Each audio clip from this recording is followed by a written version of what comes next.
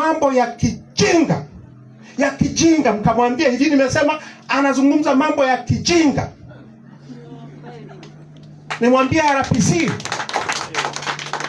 juzi kwa jana, nimwambia RPC, mimi nimegombea chaguzi hapa Singida tangu 95. Mwaka 95 ulikuwa wapi? Akaniambia nilikuwa kidato cha 6.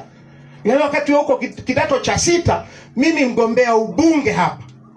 Sisi miaka yote hatujai kuona mambo ya aina hii. Hatujai kuona mambo ya tunafanyiwa fujo na polisi namna hii. Hatujai kuona majeshi yanahamia kwenye vijiji na vitongoji na mitaani yanatisha watu. Nini hii?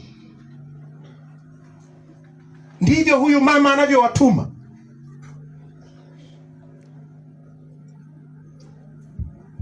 George, damu ya George. Naam. Damu ya George haiko tu kwenye kichwa na kwenye mikono ya hao waliomuua usiku wa kuamkia Jumatano. Hii damu ya George iko kwenye kichwa na mikono ya huyo mama na nyie mnaomtetea.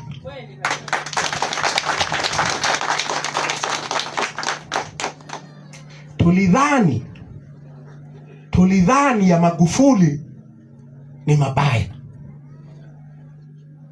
Tulidhani ya Magufuli ni mabaya. Sasa huyu Magufuli hakuua mtu kwenye uchaguzi wa vijiji. Alifuta tu vyote. Alifuta kila kitu. Huyu mama anaua watu kwenye uchaguzi wa vijiji na vitongoji. Halafu na Jamhuri ya Muungano. Kazi iendelee.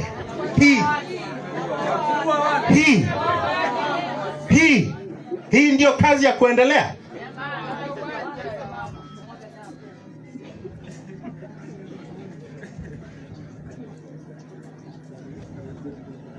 Sasa ndugu zangu, naomba nisiwachoshe.